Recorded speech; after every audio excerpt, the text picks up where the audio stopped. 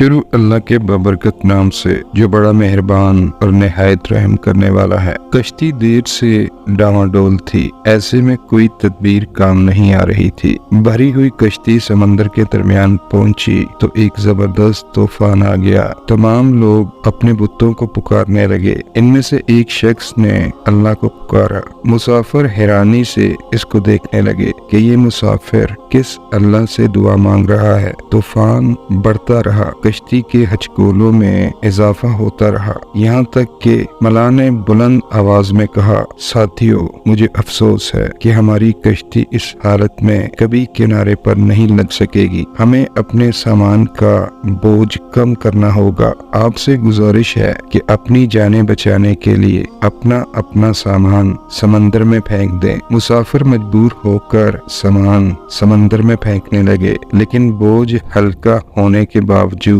کشتی اسی طرح ڈولتی رہی۔ مسافروں کا ڈر کے مارے برا حال تھا، کچھ بڑبڑا رہے تھے اور کچھ خاموش تھے۔ ان میں سے ایک شخص کہنے لگا، لگتا ہے کوئی منحوس شخص اس کشتی میں سوار ہو گیا ہے۔ دوسرا بولا، بھائیو، مجھے لگتا ہے کہ ہم میں کوئی ایسا شخص موجود ہے جس نے قربانی نہیں کی اور اس کی سزا ہمیں مل رہی ہے۔ سب کی باتیں سننے کے بعد ملا نے کہا، میرا خیال تو یہ ہے کہ ہم میں ایک ایسا شخص موجود ہے جو بھاگا ہوا غلام ہے۔ اس زمانے میں غلام کا اپنے آقا سے بھاگ جانا بہت بڑا جرم سمجھا جاتا تھا۔ ملا کی حمایت میں کئی مسافر بول پڑے۔ ایک نورانی شکل والے شخص نے ملا کی باتیں سن کر اس سے کہا، بے شک میں ہی وہ غلام ہوں جو اپنے آقا سے بھاگ کر آیا ہے۔ مجھے دریا میں پھینک دو اور خود کو عذاب الہی سے بچا لو۔ اس شخص کی نورانی صورت دیکھ کر کشتی والوں نے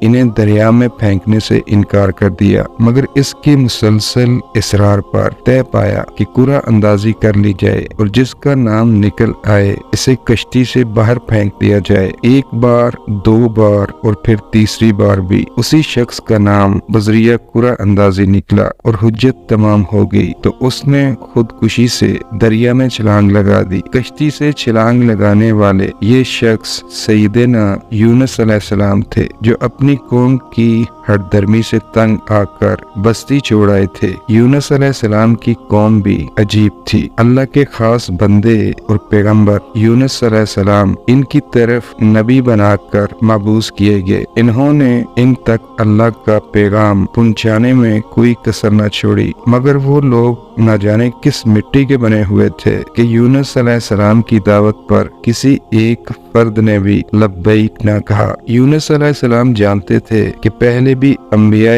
کرام کو ایسے حالات پیش آئے کہ ان کی آواز پر لبیک کہنے والا کوئی نہ تھا، لیکن ایسی صورتحال کا سامنا تو کسی کو بھی نہ کرنا پڑا تھا کہ پوری قوم میں کوئی بھی دین حق کو قبول کرنے سے انکار کر دے۔ اس صورتحال نے ان کو پریشان کر دیا۔ بات صرف یہی ہوتی تو شاید یونس علیہ السلام اس قدر پریشان نہ ہوتے، مگر جب وہ لوگوں کو کہتے کہ شرک سے باز آ جاؤ، گناہوں سے تائب ہو جاؤ، اللہ اور اس کے رسول پر ایمان لے آؤ، تو ان کی باتیں سن کر اس بستی کے لوگ نہ صرف ان کا مذاق اڑاتے بلکہ کھلم کھلا کہتے کہ تم جس عذاب سے ہمیں ڈراتے ہو وہ لے کیوں نہیں آتے۔ ان لوگوں کی انہی باتوں نے یونس علیہ السلام کو پریشان کر دیا تھا اور انہوں نے وحی کے مطابق اہل بستی کو 3 دن کی مہلت دے کر کہا، اگر تم اب بھی ایمان نہ لائے تو پھر تم پر اللہ کا عذاب آ جائے گا۔ ابھی 3 دن پورے نہیں ہوئے تھے کہ آپ علیہ السلام نے خود ہی اندازہ قائم کر لیا کہ ان میں کوئی بھی ایسا نہیں جو ایمان لائے، اس لیے انہوں نے بستی چھوڑنے کا پروگرام بنا لیا اور ایک رات چپکے سے بستی سے نکل گئے۔ ایک طرف یونس علیہ السلام بستی چھوڑ کر جا رہے تھے کہ دوسری طرف ان کی مہلت اور بستی چھوڑنے کی خبر ایک شخص چند لوگوں کو سنا رہا تھا، مگر لوگ تھے کہ لغزشوں پر پریشان ہونے کی بجائے اس شخص کا مذاق اڑا رہے تھے۔ مگر اس شخص نے جب یونس علیہ السلام کی راست بازی اور سچائی کی دلیل دے کر اور سابقہ انبیاء کی مثالیں دے کر بات کی تو لوگوں کی زبانوں کو تالے لگ گئے اور وہ بھی سنجیدگی سے بات کرنے لگے۔ اس دوران مجلس میں موجود زیادہ تر لوگوں کی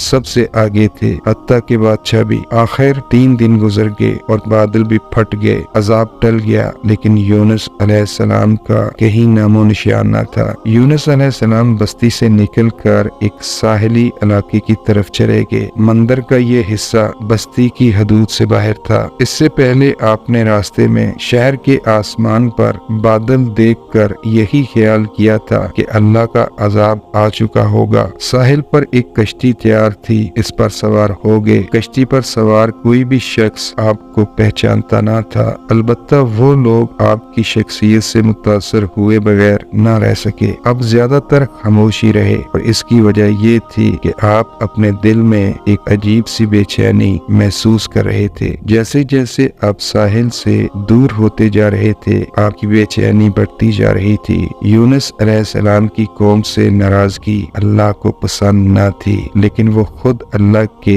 چنیدہ و پسندیدہ بندے اور راہ حق کے نہایت ممتاز مسافر تھے۔ ان کے ذریعے مالک قضاء و قدر دنیا کو ایک معجزہ دکھانا چاہتا تھا۔ چنانچہ جب انہوں نے کشتی سے چھلانگ لگائی تو اللہ نے ایک دیو ہیکل مچھلی کو حکم دیا کہ ان کو نگل لے، لیکن انہیں کوئی نقصان نہ پہنچائے۔ اپنے آپ کو ایک عجیب و غریب اور نئی دنیا میں پا کر اللہ کے اس نیک بندے کو اپنی گزری ہوئی باتیں یاد آنے لگی، اور وہ بڑی عاجزی سے گڑ گڑا کر اللہ کی بارگاہ میں فریاد کرنے لگا کہ اے الہی، تیرے سوا کوئی معبود نہیں، بے شک تو ہی یکتا ہے۔ میں تیری پاکی بیان کرتا ہوں، اور میں نے خود ہی اپنے نفس پر ظلم کیا ہے۔ اللہ کو اپنے محبوب کی یہ ادا پسند آئی، اور مچھلی کو ایک بار پھر حکم ہوا کہ وہ اسے دریا کے کنارے اگل دے۔ مچھلی نے آپ کو ساحل پر اگل دیا۔ اب انتہائی کمزوری کی حالت میں